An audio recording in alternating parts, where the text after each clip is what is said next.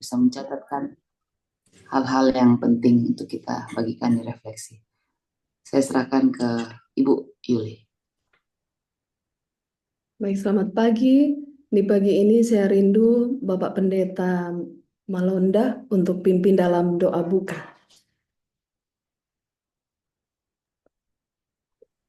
Puji dan syukur, haleluya, haleluya. Sesungguhnya kami merasa Tuhan Allah kami begitu baik dan mengasihi, peduli, memberkati dan menyelamatkan kami. Di dalam nama Yesus kami rindu mendengarkan firman Tuhan yang indah untuk memperindah kehidupan korban kami. Menyongsong kedatangan-Mu yang sudah semakin dekat dan menjadi sembilan berkat rohani bagi bersama kami. Mohon berkat bagi pelayan kasih Hester Yuli. Terima kasih Tuhan, inilah doa kami, ampun dan sucikan hati kami dalam nama Yesus. Haleluya. Amin. Amin. Terima kasih, Pastor.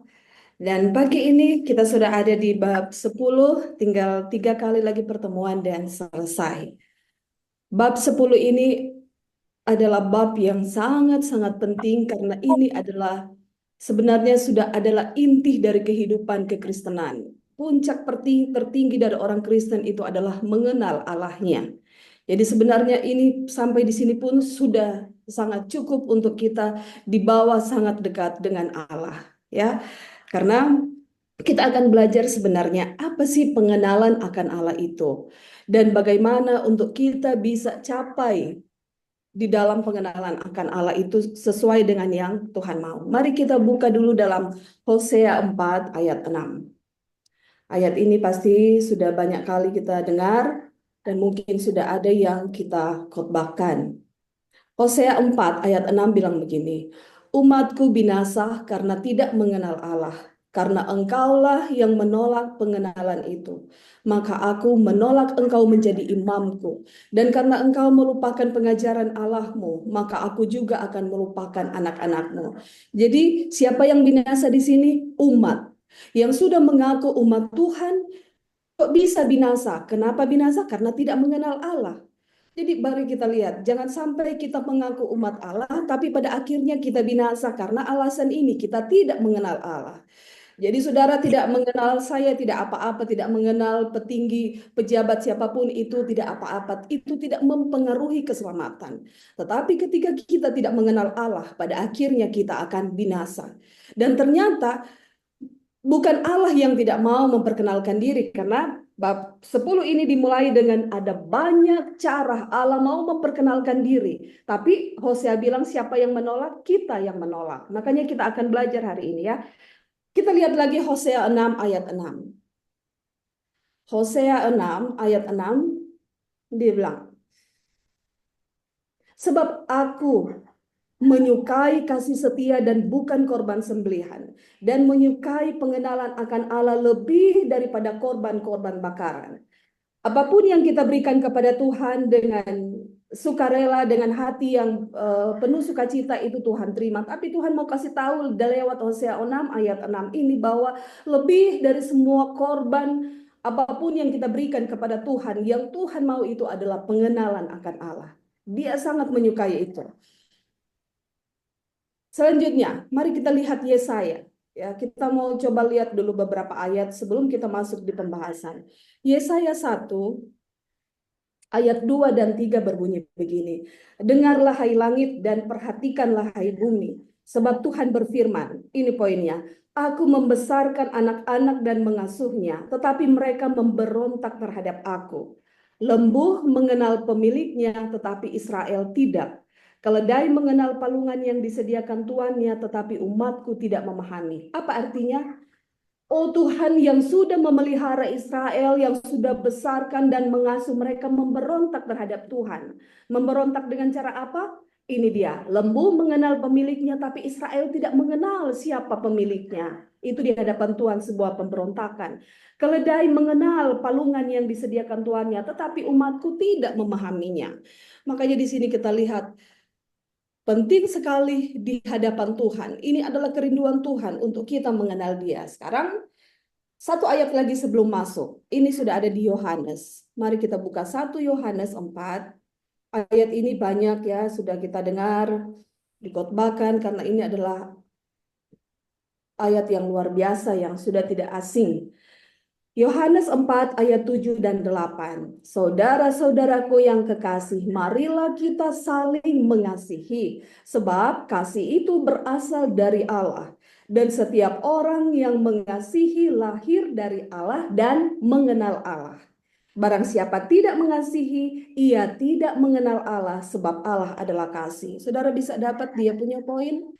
Kasih itu berasal dari Allah. Dan kalau kita mengenal kasih itu, maka kita juga akan saling mengasihi. Dan siapapun yang tidak mengasihi, dia tidak mengenal Allah.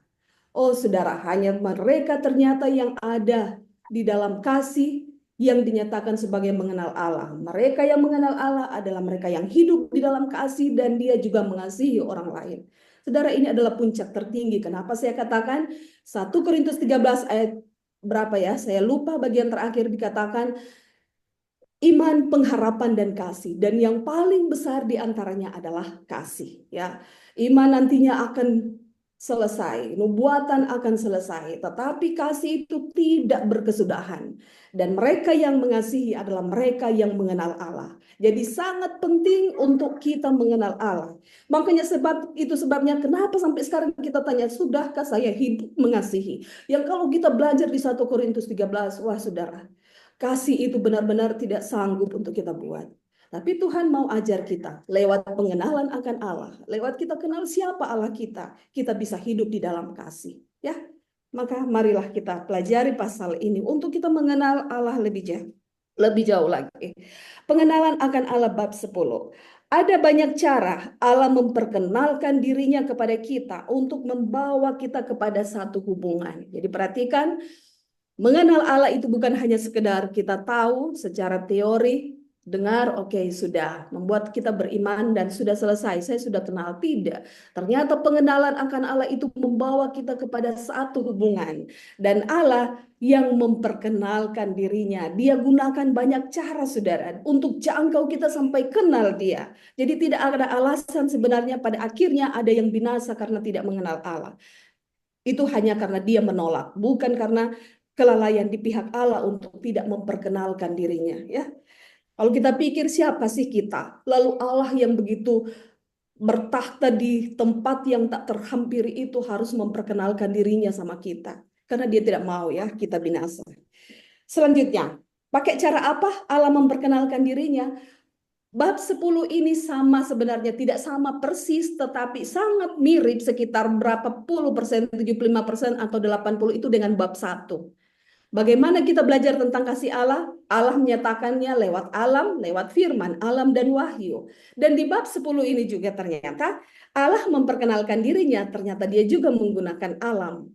Seseorang dengan karyanya, misalnya lukisan, itu bisa kenal, oh ini ya lukisannya yang dia buat. Dan kita tahu, oh itu pelukisnya. Karya-karya seseorang itu membuat pribadinya itu dikenal, walaupun tidak secara banyak pribadi yang lebih dalam, tetapi paling tidak kita tahu siapa orang lewat karya yang dia buat. Maka Tuhan juga, Allah di sini dikatakan bahwa Tuhan sebagaimana diungkapkan melalui karya tangannya. Pikiran yang terbuka akan terkesan dengan kasih dan kemuliaan Tuhan sebagaimana diungkapkan melalui karya tangannya. Telinga yang mau mendengar dapat mendengar dan memahami suara alam melalui benda-benda alam. Saudara, ini kita bukan masuk ke alam terus kita kayak meditasi, cari-cari ilmu di goa-goa dan di air terjun ya. Meditasi kayak orang stres, tidak. Tetapi ketika kita berada di alam dan mengetahui bahwa ternyata Allah sedang mau memperkenalkan dirinya, itu akan berbeda cara kita untuk memandang dan menikmati ketika kita ada di tengah alam. Ya, hanya hati katanya yang terbuka, ini hanya pikiran yang terbuka yang akan terkesan, dan hanya telinga yang mau untuk mendengar dapat mendengar dan memahami suara Allah melalui benda-benda alam. Ini bukan mistik, saudara ya. Kalau saya baca khotbah di atas bukit, Itu lebih detail lagi dia bilang, karena di sana dibilang di dalam kuntum bunga mawar itu ada pesan yang Tuhan mau sampaikan, dan itu hanya bisa dibaca oleh hatimu sendiri. Dan waktu saya baca itu saya cari bunga walaupun bukan bunga mawar, lalu saya ikuti aja apa yang dikasih tahu dan saya baca. Saudara, saya sampai terkagum-kagum, saya menangis, saya bahagia, semuanya bercampur. Dapat itu pesan itu. Hanya hati yang terbuka dan telinga yang mau mendengar akan mendengarkan pesan Allah melalui benda-benda alam. Ya, bukan mistik, saudara ya. Karena semua kita sudah belajar fix di bab 1. Alam itu diciptakan sebagai ungkapan kasih Allah.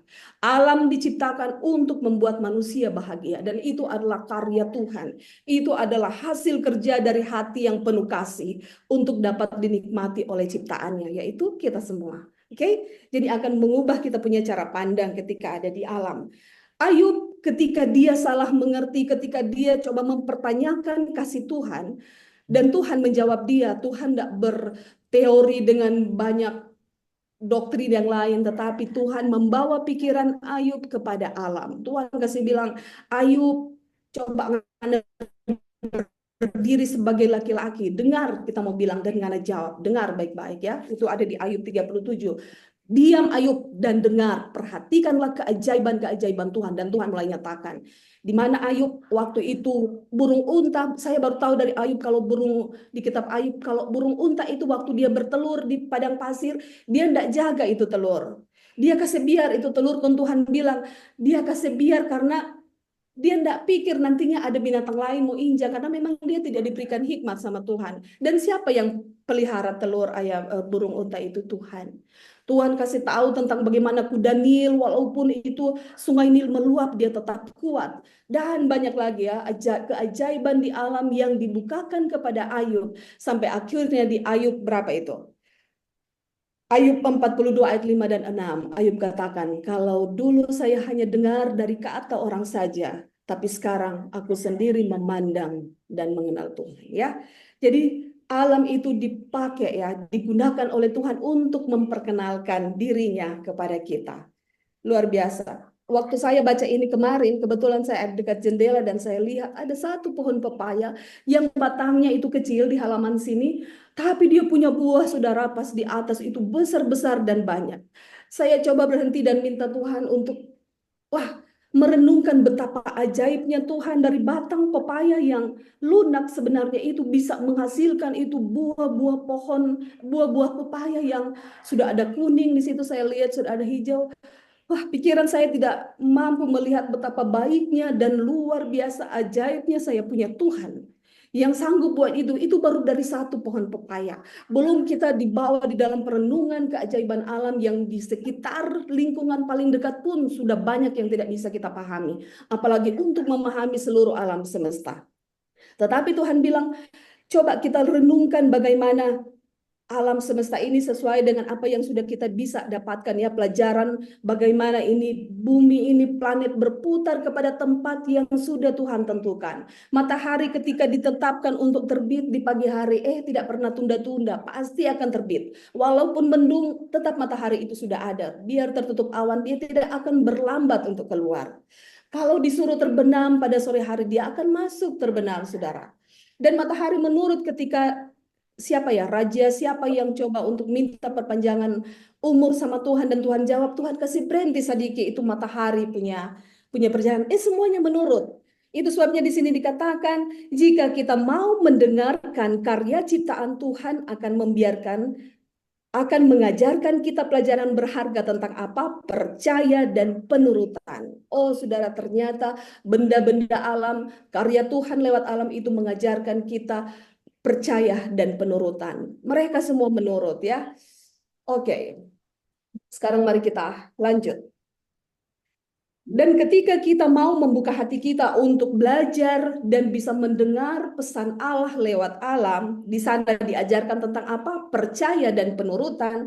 Maka di sini dikatakan, oh iya, ada paragraf yang saya juga mau baca. Di sini dikatakan ini, Tuhan peduli dan memelihara segala sesuatu yang telah diciptakannya. Dia yang menopang alam semesta yang tak terbatas juga memperhatikan kebutuhan dari burung pipit coklat kecil yang bernyanyi sepanjang hari tanpa rasa cemas. Ketika manusia pergi bekerja keras mereka setiap hari, ketika mereka berdoa, ketika mereka berbaring di malam hari, ketika mereka bangun di pagi hari, ketika orang kaya berpesta di istananya, ketika orang miskin mengumpulkan anaknya dengan makanan yang sedikit di atas meja, semua diawasi dengan lembut oleh Bapa Surgawi. Tidak ada air mata menetes yang tidak diperhatikannya. Tidak ada senyuman yang lewat dari pantauannya. Dan ketika kita menyadari bahwa Allah sedang memperkenalkan sebagai Allah yang mengawasi semuanya. Dia tidak memperhatikan satu dan melupakan yang lain. Dia tidak fokus untuk yang satu ini dan dia lupa bahwa di sana ada yang membutuhkan dia. Semuanya, mulai dari alam yang bisa kita lihat, pohon-pohon, binatang, manusia, semua ada di dalam pengawasan Tuhan. Kita menangis sendiri di kamar, tidak ada yang tahu, istri, suami, orang tua, atau anak, sahabat. Oh, ternyata Bapa melihat tidak ada satu tetesan air mata yang tidak dia ketahui. Tidak ada satu senyuman pun yang dia tidak tahu. Bukankah Allah sedang memperkenalkan kepada kita dia adalah Allah lebih daripada orang tua dunia yang tidak bisa mengawasi anaknya 1 kali 24 jam? Bukankah ini mengangkat hati kita untuk bersyukur, berterima kasih, dan berbahagia? Kita memiliki Allah yang seperti ini. Dan dia yang berkata seperti ini di pagi hari ini, dia hadir bersama-sama dengan kita untuk menguatkan hati kita. Ini akan memberikan kekuatan dan cara pandang yang berbeda menjalani hidup, saudara. Karena kita ternyata diperhatikan, diawasi, ya, oleh dia yang memiliki kuasa menciptakan di alam semesta ini. Wow, berbahagialah saudara. Maka ketika ini kita percaya, saudara, di sini dikatakan tidak perlu ada kecemasan, ya. Semua kecemasan yang tidak perlu akan lenyap seketika. Hidup kita tidak akan dipenuhi dengan kekecewaan seperti sekarang ini. Karena segala masalah kita baik besar atau kecil akan diserahkan ke tangan Allah. Yang tidak bingung oleh karena banyaknya masalah atau kewalahan oleh karena beratnya persoalan. Selanjutnya kita akan menikmati damai sejahtera yang menjadi kerinduan banyak orang. Kenapa begitu banyak orang yang merindukan damai sejahtera itu nggak dapat-dapat? Atau mungkin kita dalam pengalaman hidup kita susah sekali untuk jadi orang Kristen yang penuh damai sejahtera. Karena kita sedang tidak mengenal Allah kita, ya. Berbahagialah saudara di pagi ini. Tuhan mau kita jadi orang-orang yang berbahagia. Selanjutnya, kita lanjut saja. Jadi tadi sudah fix Allah memperkenalkan dirinya kepada kita lewat alam. Baca sendiri untuk bisa lebih jelas. Selanjutnya, lewat apa Allah memperkenalkan dirinya? Di halaman 149, langkah kepada Kristus, ya. Kalau di kebagian sejati saya lupa halamannya. Tuhan berbicara kepada kita melalui pekerjaan pemeliharaannya dan melalui pengaruhnya di dalam hati, dalam keadaan dan lingkungan kita, dalam perubahan yang terjadi setiap hari di sekitar kita. Kita dapat menemukan pelajaran berharga jika hati kita terbuka untuk melihatnya. Kalau di buku kebagian sejati dikatakan lewat peristiwa-peristiwa yang terjadi di sekitar kita Allah mau berbicara. Tapi sama seperti di alam, jika hati mau terbuka. Di sini juga dibilang, jika hati terbuka untuk melihatnya. Melihat apa? Pemeliharaan Tuhan yang terjadi dalam hidup kita. Peristiwa-peristiwa yang terjadi di sekitar kita, perubahan-perubahan di sini dikatakan. Kalau kita mau peka, lewat Roh Kudus dalam hati itu akan dikasih tahu pelajaran apa ya yang kita bisa dapatkan. Saudara, sebenarnya ini adalah bagian yang sangat penting di mana ketika kita mendengarkan Allah itu kasih, kita harus bisa rasakan pengalaman secara pribadi di dalam kehidupan kita. Kasih itu seperti apa yang setiap hari menopang hidup kita. Atau kita hanya melewati satu hari dengan begitu banyak sebenarnya berkat Tuhan yang bisa kita renungkan. Kita boleh dapat pelajaran dari setiap peristiwa yang Tuhan mau ajarkan, tapi karena kita tidak membuka hati kita, lewat begitu saja. Pemeliharaan Tuhan setiap hari, bagaimana dia menjaga kita, mengajar kita. Intinya pengalaman bagaimana dia bersama kita itu tidak ada pelajaran yang kita dapat. Kita tidak ditarik untuk lebih kenal dia. Kita tidak ditarik ke dalam hubungan yang begitu dekat dengan dia. Dan kita perlu ingat bahwa perempuan Viro Fenisia, kalau saudara pernah baca itu adalah perempuan yang dia datang sama Tuhan untuk meminta kesembuhan bagi anaknya yang kerasukan setan. Dia sudah dengar banyak tentang bagaimana Yesus melakukan penyembuhan, menolong orang sakit. Iman timbul di hatinya. Lalu saudara, dia akhirnya dengar. Yesus waktu itu dibilang datang sembunyi-sembunyi, tapi kedatangannya tidak dapat disembunyikan. Perempuan ini dengar, ini kesempatan bagus. Dia datang sama Yesus dan dia minta supaya anaknya ini boleh disembuhkan dari kerasukan setan. Lalu Yesus jawab apa? Oh, roti hanya disediakan bagi anak-anak. Terus dia minta selanjutnya, dan ini kata-kata Yesus, tidak baik untuk memberikan roti yang disediakan bagi anak-anak dan melemparkannya kepada anjing. Saudara tahu? Ingat ya, iman timbul dari pendengaran akan firman. Kalau cuma sampai di situ, imannya dia tidak mengenal secara pribadi, dia tidak punya pengalaman dengan Yesus secara pribadi, dia mau pergi. Karena ini Yesus sendiri yang bilang tidak bagus kasih itu roti yang disediakan untuk anak-anak melempar kepada anjing. Kalau saya juga merenung, saya ada di posisi perempuan itu, saya akan langsung juga untuk pergi. Ini Yesus sendiri yang bilang, dia seperti ditolak. Tapi saudara, kenapa dia tetap bertahan? Perhatikan poinnya. Yesus tidak memperlakukan dia seperti orang Yahudi di zaman itu perlakukan dia. Di zaman itu orang Yahudi melihat orang Yunani, orang yang bukan Yahudi itu adalah najis, ya. Hanya disebut anjing, najis. Dan mereka bukan hanya akan lari, ya. Mereka bukan hanya akan lari, mereka akan usir, mereka akan lari dan bahkan mereka akan ludahi. Tetapi Yesus buat itu sama perempuan ini tidak. Dia tidak menerima perlakuan itu. Pengalamannya sendiri membuat imannya itu bertahan karena dia mengenal pribadi yang berhadapan dengan dia saat ini berbeda dengan Yahudi-Yahudi lain, guru-guru agama Yahudi yang selalu dia dengar dan memperlakukan orang yang bukan Yahudi dengan cara tadi. Yesus tidak usir dia, Yesus tidak lari tinggalkan dia, Yesus tidak ludahi dia. Yesus hanya kasih tahu itu, tapi dia memahami betul maksud dari perkataan Yesus. Dan saudara tahu, baca di dalam seluruh Injil hanya 2 orang yang Yesus katakan imanmu besar. Perempuan Sirofenisia dan perwira Roma. Dua-dua bukan orang Yahudi. Kenapa? Mereka punya iman itu bukan hanya bergantung lagi kepada firman yang bukan ya.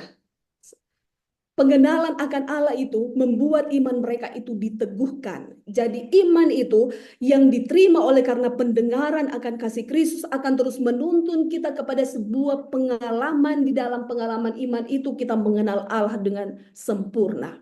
Sehingga sekalipun Yesus berkata seperti itu, dia tidak salah mengerti lagi, ya. Karena firman saudara, kita tahu dan kita sudah banyak kali dengar sekarang ini juga banyak firman yang dipakai dan membuat orang salah mengerti. Itu sebabnya kita perlu belajar secara pribadi lewat pengalaman hidup kita. Pastikan, tuntut janji Tuhan dan buktikan lewat pengalaman hidup kita. Itu saya lupa ada di pasal sebelumnya walaupun saya tidak tekankan. Kita harus punya pengalaman meminta janji Tuhan dan kita buktikan dalam hidup kita. Dan kita akan memiliki satu pengalaman iman yang luar biasa, ya. Perempuan Sirofenisia ini juga Tuhan memuji imannya. Oke, sekarang mari kita lanjut.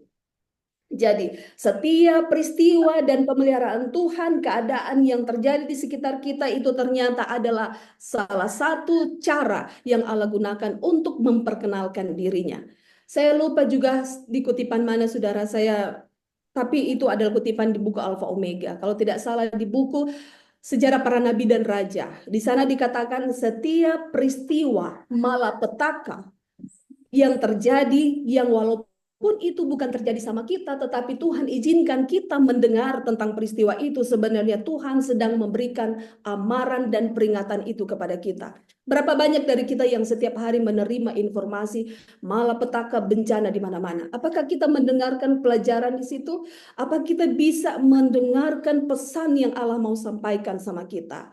Ataukah kita hanya, oh Tuhan, terima kasih saya tidak mengalami malapetaka ini. Ya tidak apa-apa, kita bersyukur. Tetapi kita harus juga lihat pelajaran apa yang Tuhan mau pesankan, ya. Sehingga kutipan ini berlanjut, di mana ada begitu banyak manusia yang coba mengagumi keberhasilan dan eh, kemajuan-kemajuan teknologi dunia ini, tetapi di mata Tuhan dunia ini adalah tempat yang harus segera dihancurkan karena tidak layak lagi untuk ditempati oleh umat-umatnya. Akan berbeda cara kita memandang dunia ini dengan cara manusia yang belum dibaharui memandang. Cara pandang kita akan menjadi seperti cara pandang Tuhan. Dunia ini tidak lagi tempat yang aman, saudara, untuk kita berdiam lama-lama. Kita tidak tahu kapan bencana itu bisa menghampiri kita. Makanya kita perlu untuk terus belajar, ya, untuk membuka hati, dengarkan pesan-pesan apa yang Tuhan mau berikan lewat setiap peristiwa yang terjadi, lewat pengalaman kita harus bisa mendapatkan pengenalan akan Tuhan lebih dekat. Makanya dalam Mazmur 33 ayat 5, Mazmur 107 ayat 43 di sini dikatakan, bumi penuh dengan kasih setia Tuhan. Siapa yang mempunyai hikmat, biarlah ia berpegang pada semuanya ini dan memperhatikan segala kemurahan Tuhan. Ya, perhatikanlah itu setiap hari, segala kemurahan Tuhan. Oke, itu bagian yang kedua, cara Allah memperkenalkan kita. Yang ketiga, Tuhan berbicara kepada kita melalui firman-Nya.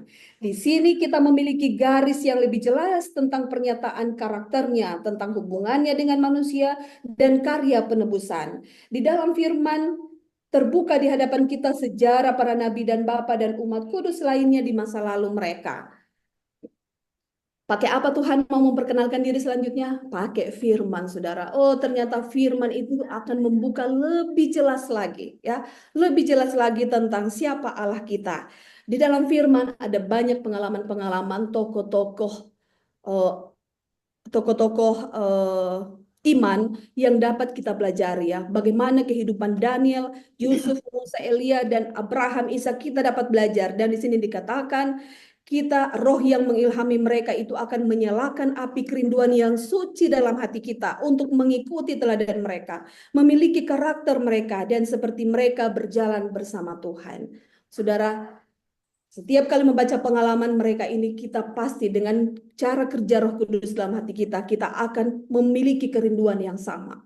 Bagaimana mereka, saya baca ya para reformator di buku Kemenangan Akhir di awal-awal, mereka bisa bernyanyi walaupun sementara dibakar.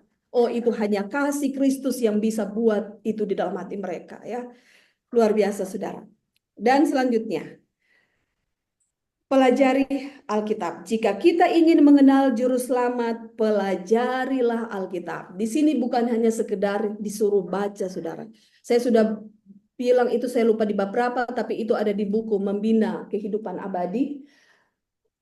Di sana tentang hati yang baik yang menerima bibit yang akhirnya bertumbuh. Di sana dikatakan tidak cukup kita hanya mendengar dan membaca firman, tetapi kita perlu untuk merenungkannya di dalam pikiran kita setiap hari. Itu sebabnya kita akan lihat kenapa kita gagal mengenal Allah walaupun setiap hari baca itu firman. Pagi-pagi, so baca dulu. Ternyata tidak cukup seperti itu. Makanya di sini dibilang pelajarilah. Apa sih artinya belajar? Belajar itu kalau kita tidak mengerti, kita akan berusaha terus supaya mengerti. Ada orang sampai malas baca Alkitab karena waktu dia baca, kok dia sudah mengerti, seni mau dia mau baca terus. Maka akhirnya pengenalannya akan Tuhan itu gagal. Padahal Tuhan mau kasih, ya, mau kasih tahu. Nanti kita lihat lagi bagaimana untuk belajar Alkitab supaya kita bisa mengerti dan bisa mengenal Tuhan lewat itu.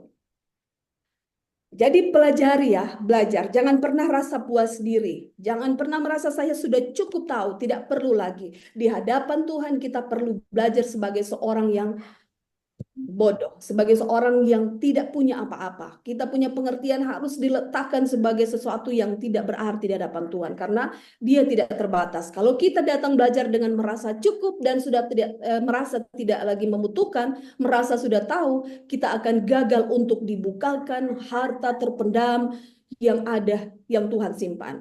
Selalu baru, saudara. Firman itu biar cuma satu ayat, kalau kita tuntut, itu adalah firman sebagai harta terpendam yang terus bisa digali, digali, dan digali. Kita akan dapatkan. Tapi kalau kita sudah cukup puas, tidak akan pernah bisa. Isilah segenap hatimu dengan firman Tuhan. Firman itu adalah air hidup yang akan memuaskan dahagamu. Firman itu adalah roti hidup dari surga yang menyatakan, aku berkata kepadamu, sesungguhnya jikalau kamu tidak makan daging anak manusia dan minum darahnya, kamu tidak mempunyai hidup dalam dirimu. Ayat ini berkesan sendiri sama saya. Saya ingat Pastor Ji Sung Bai, itu adalah Direktur 1000 pertama di Indonesia. Kebetulan saya dilatih pada masa beliau jadi direktur. Dan waktu dia baca ayat ini, dia kasih statement ini, saudara. Agak lucu tetapi bisa diterima. Kita harus menjadi kanibal rohani. Karena apa? Disuruh makan daging Kristus dan disuruh minum darah. Makanya dia bilang kita harus jadi kanibal rohani. Apa sih darah dan daging Kristus itu yang harus kita makan? Yang itu dibilang adalah makanan untuk pikiran kita. Ingat, isilah hatimu dengan firman Tuhan. Kita punya hati. Sebagaimana dilanjut dia punya kalimat ini. Sebagaimana katanya tubuh kita secara jasmani ini membutuhkan makanan dan air minum setiap hari, maka demikian juga dalam kehidupan rohani kita membutuhkan firman yang adalah roti hidup. Itu juga yang dibilang sebagai daging dan darah Kristus. Ya, firman Tuhan. Kalau hari ini saya makan untuk 1 minggu ke depan, sudah pasti saya akan lemah. Itu sebabnya, sebagaimana kita setiap hari makan bukan cuma 1 kali, saudara. Kita makan 3 kali atau 2 kali. Maka berapa banyak dari kita yang memakan roti hidup itu supaya kita punya kehidupan rohani itu boleh terus bertumbuh dan sehat. Kalau kita tidak lakukan itu, maka sudah pasti kita akan memiliki kehidupan rohani yang sakit-sakitan, kehidupan rohani yang lemah, tidak ada kekuatan, dan kita akan gagal untuk mengenal Allah kita. Karena ini adalah cara Allah. Kalau kita mau mengenal Allah, kita harus ikuti caranya untuk memperkenalkan diri. Kalau tidak akan pernah sampai kepada tujuan Tuhan. Apa yang kita pikirkan itulah yang akan memberikan kekuatan pada rohani kita. Jadi kenapa pikiran kita, hati kita harus diisi dengan firman? Karena apa yang kita pikirkan itu jadi kekuatan rohani. Makanya kenapa saudara kemarin bertumbuh ya kalau tidak salah.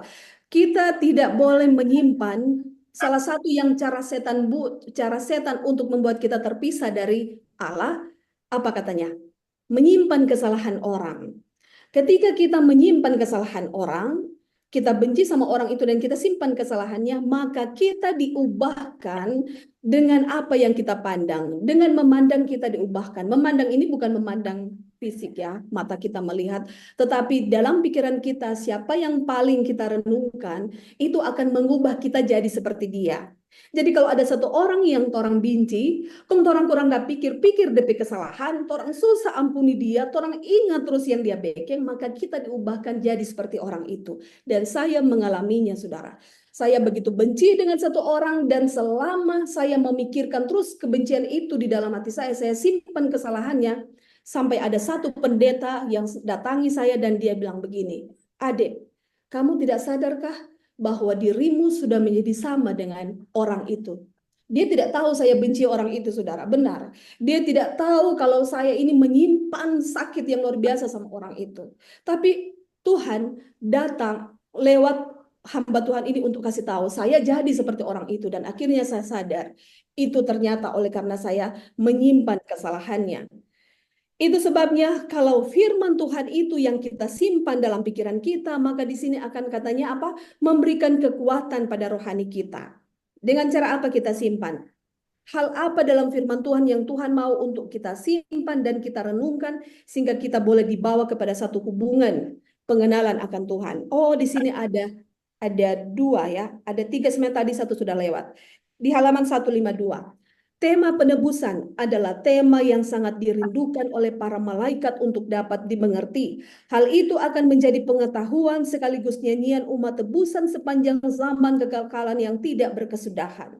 Bukankah tema itu sangat layak untuk dipikirkan dan dipelajari sekarang ini? Kemurahan dan kasih Yesus yang tak terbatas. Pengorbanan yang dilakukan untuk kita menuntut pemikiran yang paling serius dan mulia. Kita harus memikirkan karakter penebus dan pengantara kita yang terkasih. Jadi apa yang perlu kita renungkan dalam firman Tuhan? Tema penebusan. Oh, saudara, penebusan ternyata akan menjadi tema pengetahuan dari umat tebusan sepanjang masa kekekalan. Itu akan menjadi tema dari lagu, dari nyanyian umat tebusan. Dan kalau di masa kekekalan itu menjadi tema dari pengetahuan dan nyanyian umat tebusan, bukankah sekarang ini juga itu adalah tema yang sangat patut untuk kita renungkan, saudara. Di sini dia menuntut pemikiran yang serius dan mulia. Selama kita hanya merenungkannya dengan setengah-setengah, dengan rasa tidak membutuhkan pertolongan Roh Kudus, kita tidak akan capai, saudara, apa yang Tuhan mau. Sehingga kasih Kristus itu tidak menguasai hati kita. Kita akan tidak tiba pada pengenalan akan Tuhan dalam satu hubungan yang dekat dengan Tuhan. Selanjutnya, tema apa lagi yang perlu kita renungkan? Misinya. Kita harus merenungkan misinya datang untuk menyelamatkan umatnya dari dosa-dosa mereka. Ketika kita merenungkan tema surgawi, iman dan kasih kita akan bertumbuh lebih kuat. Dan selanjutnya, jadi tema penebusan, misi Allah di dalam menyelamatkan kita itu adalah tema-tema surgawi yang Tuhan rindu kita renungkan. Dari mana kita dapat itu? Dari firman Tuhan. Itu sebabnya firman Tuhan itu sangat penting untuk kita pelajari. Lalu bagaimana supaya saya dapat mempelajari firman Tuhan, supaya saya boleh mengerti, supaya saya boleh tiba kepada apa yang Tuhan mau untuk mengenal Dia. Tuhan kasih ajar lagi, saudara. Ingat, tadi pelajarilah Alkitabmu. Jadi bukan hanya sekedar baca. Itu sebabnya di dalam belajar sekarang Alkitab, ada tuntunan Tuhan, ada caranya. Bagaimana untuk kita dapat belajar Alkitab? Oh, ternyata di sini dibilang di dalam mempelajari Alkitab tidak hanya ditulis untuk kaum cendekiawan, sebaliknya Alkitab dirancang untuk orang awam. Jadi tidak ada alasan untuk kita tidak bisa belajar, ya, walaupun kita bukan pendeta. Tuhan akan buka karena itu ditulis untuk orang awam. Tetapi kalau kita katanya menggunakan pemikiran sendiri dan bukan kehendak Allah yang sudah dinyatakan dengan jelas, maka kita bisa salah dan tersesat. Jadi perhatikan, di dalam mempelajari Alkitab kita perlu untuk tidak bergantung kepada pemikiran sendiri. Ada banyak orang yang salah mengerti dan akhirnya tersesat karena firman Allah yang sudah dinyatakan dengan jelas, tapi tidak mau diterima karena dia pikir dia begitu pintar dan punya ilmu untuk menafsirkan Alkitab. Dia mau tambah-tambah, akhirnya pengertian yang sudah sederhana dan jelas jadi lebih kacau. Dan Tuhan tidak mau. Itu dikarenakan mereka menggunakan pemikiran sendiri. Jadi bagaimana untuk kita belajar Alkitab sesuai dengan yang Tuhan mau? Belajari Alkitab, jangan pakai pikiran sendiri. Lanjut, di halaman 152. Kalau tadi kita belajar Alkitab jangan pakai pikiran sendiri, selanjutnya dibilang jangan juga biarkan orang lain berpikir untuk kita. Jadi kita lihat, saudara, belajar Alkitab jangan pakai pikiran sendiri, jangan pakai juga pikiran orang lain untuk berpikir. Oh, kata pendeta, oh, kata evangelis ini, kata orang ini, tidak akan pernah. Pada akhirnya setiap orang harus bertanggung jawab dengan imannya masing-masing. Kita akan berdiri sendiri-sendiri, saudara. Saya baca di buku Kerinduan Segala Zaman tentang para evangelis yang pertama. Di sana dikatakan masing-masing mereka dihadapkan kepada pengadilan. Dan Roh Kudus tidak akan pernah ingatkan sesuatu ke dalam pikiran mereka tentang iman mereka yang harus mereka pertanggungjawabkan kalau itu tidak pernah mereka pelajari sebelumnya di dalam kehidupan mereka. Di depan kita akan ada satu ujian, setiap orang akan berdiri masing-masing. Maka jangan pernah kita menggantungkan pengetahuan kita terhadap Tuhan, kebenaran-kebenaran yang kita imani itu berdasarkan apa kata orang. Tuhan mau kita pelajari itu untuk diri kita sendiri, ya. Jangan pakai pikiran sendiri, jangan pakai pikiran orang lain. Nanti kita lihat sebentar lebih jauh lagi. Tuhan mau kita, karena kalau tidak, katanya, kita hanya terbiasa dengar dari orang, maka energi kita akan lumpuh dan kemampuan kita akan menjadi lemah. Kuasa kemuliaan pikiran bisa dikerdilkan oleh kurangnya latihan pada tema-tema yang membutuhkan konsentrasi sehingga mereka kehilangan kemampuan untuk memahami makna mendalam dari firman Allah. Tuhan rindu memperkenalkan dirinya lebih dalam lagi sama kita. Kita harus sendiri, ya, pribadi baca itu Alkitab. Karena itu seperti makanan, itu sama dengan, oh Dokter Stephen punya soto enak sekali. Kita cuma bilang-bilang begitu, tetapi saudara belum rasa, itu saudara hanya diberikan kerinduan untuk mau cicip. Berikut saya bilang enak lagi, saya sudah makan kedua kali, saudara hanya dengar lagi. Saudara kenyang? Tidak, saudara tidak makan kok, cuma dengar. Cerita saya itu, apa yang bisa saya bagikan pun pagi ini, itu hanya membangkitkan kerinduan kita ya. Kalaupun saudara terkesan dan tergerak untuk rindu untuk lebih kenal Tuhan, ya itu adalah bagian dari apa yang bisa saya bagikan pagi ini. Tapi selanjutnya harus saudara secara pribadi yang makan. Ya, cara Tuhan perkenalkan diri salah satu adalah firman-Nya. Makan itu roti hidup itu dan saudara akan menjadi kenyang. Nikmati sendiri. Dan di dalam mempelajari Alkitab butuh katanya konsentrasi. Ada hal yang gampang kita pahami, tapi ada juga yang sulit dan dibutuhkan konsentrasi. Sulit bukan berarti tidak bisa kita pahami. Tuhan akan tuntun.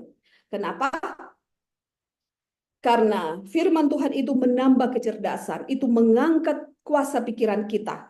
Dan di bagian yang ketiga, namun hanya sedikit manfaat yang diperoleh dari membaca Alkitab tergesa-gesa. Seseorang dapat membaca seluruh kitab suci tetapi gagal melihat keindahan atau memahami maknanya yang dalam dan tersembunyi. Satu perikop yang dipelajari sampai jelas maknanya bagi pikiran dan hubungannya dengan rencana keselamatan lebih bernilai daripada membaca bab demi bab tanpa tujuan yang jelas dan tidak ada pelajaran positif yang diperoleh. Saudara-saudara kita dari kaum muslim, mereka sudah dapat pahala hanya dengan baca Alkitab, saudara. Walaupun itu mereka baca dari bahasa Arab tidak mereka mengerti, tapi mereka tahu mereka sudah dapat pahala. Ya, kalau kita belajar Islamologi, itulah yang mereka pahami. Tetapi di dalam kita hidup kekristenan yang Tuhan mau kasih tahu itu membaca Alkitab, apalagi ya hanya sekedar baca, yang penting saya sudah baca 4 kali Kejadian sampai Wahyu. Rasanya wow, gitu. Ada yang belum selesai ciut. Tidak, saudara. Bukan seperti itu cara belajar Alkitab untuk capai pengenalan akan Allah. Yang Tuhan mau, satu perikop saja. Kalaupun saya belum ngerti, saya belum jelas maknanya, jangan dulu tinggalkan. Coba baca lagi, bandingkan ayat satu dengan ayat yang lain. Dan kita akan dibawa kepada kecerdasan intelek yang diberikan oleh firman itu sendiri. Karena di sini dikatakan tidak ada buku lain yang begitu bijaksana, yang begitu berkuasa untuk mengangkat kita punya pikiran. Wah, luar biasa. Cintailah Alkitab, saudara, dan pelajarilah. Kita sulit mendapatkan pengertian akan firman Tuhan tanpa belajar dengan penuh doa, dengan penuh perhatian dan penuh doa. Beberapa bagian kitab suci memang sangat sederhana untuk dipahami, tetapi ada bagian yang lain yang maknanya tidak seperti apa yang tertulis di permukaan. Jikalau kita hanya membaca sekilas, membutuhkan penelitian yang cermat dan perenungan dalam doa. Itu sebabnya jangan pernah belajar Alkitab tanpa doa. Doa pun bukan hanya sekedar Tuhan saya baca Alkitab tolong diterangi. Tidak, itu harus sebuah kebutuhan untuk minta hikmat dari Tuhan. Dan Tuhan berjanji dia akan menjelaskan. Roh kebenaran adalah satu-satunya guru yang terbaik untuk kebenaran ilahi. Betapa Allah memperhatikan umat manusia dengan memberikan anaknya untuk mati bagi manusia dan menunjuk rohnya untuk menjadi guru manusia dan menuntunnya terus-menerus. Kita sudah selesai. Roh Kudus adalah guru yang diberikan untuk mengajar kita dalam mempelajari Alkitab. Di mana dalam mempelajari Alkitab yang sudah kita lihat tadi langkah-langkahnya, cara-caranya, kita akan dibawa kepada pengenalan akan Allah. Dan mereka yang mengenal Allah adalah mereka yang hidup di dalam kasih. Kasih akan menjadi ujian tertinggi bagi umat Tuhan di akhir zaman. Kasih itu di 1 Korintus 13, kasih itu sabar, kasih itu murah hati, tidak sombong, tidak cemburu. Tanya lagi, sudahkah saya hidup seperti ini? Berapa besar, berapa luas kesabaran saya menghadapi saudara-saudara saya? Berapa tidak sombongnya saya dalam hidup saya? Bagaimana saya menyimpan kesalahan orang lain? Kasih itu akan mengubah semuanya, saudara. Itu pengalaman tertinggi dari kekristenan. Injil yang adalah kekuatan Allah itu akan membawa kita kepada pengenalan akan Allah yang sempurna, dan mengenal Allah itu adalah hidup di dalam kasih, ya. Lewat alam, lewat peristiwa yang terjadi di sekitar kita, lewat firman Tuhan, dia mau memperkenalkan dirinya. Tuhan memberkati kita semua. Mari kita berdoa. Bapa yang baik, kami bersyukur untuk firman-Mu di pagi hari ini. Engkau memperkenalkan dirimu kepada kami hari ini. Kerinduan Tuhan untuk membawa kami kepada satu hubungan yang lebih dekat lagi, pengenalan akan Allah, yang akan membuat kami hidup di dalam kasih, mengasihi Allah dan mengasihi sesama kami, Tuhan. Hanya dengan demikian kami boleh dapat bersama dengan Tuhan di surga. Cara-caranya sudah Tuhan sampaikan di pagi ini. Oleh pertolongan Roh Kudus, kiranya Tuhan akan mampukan kami semua untuk mengerti. Dan bukan hanya mengerti, kami dapat diberikan kuasa untuk melakukan itu dalam kehidupan kami. Setiap hari kami diberikan kepekaan, hati yang terbuka, pikiran dan telinga yang mau mendengar. Kami boleh mendengar setiap pesan Tuhan kepada kami. Terima kasih banyak Bapa di surga. Hari ini kami mau serahkan seluruh kehidupan kami ke dalam tangan Tuhan. Bantu kami, ajar kami ketika kami mau bersikap, dalam kami berpikir, di dalam kami bertindak, berkata-kata dengan siapapun di sekitar kami. Tuhan yang tuntun, karena kami bodoh, kami lemah. Tapi kami rindu untuk diubahkan hari demi hari. Ini doa kami Bapa di surga, di dalam nama Yesus. Amin. Amin. Terima kasih banyak. Puji Tuhan untuk firman yang kita telah dengarkan bersama. Dan pada saat ini waktunya kita untuk mendokumentasi. Boleh silakan dibuka kamera-kamera. Dan kita menunggu aba-aba dari fotografer. Oke, siap.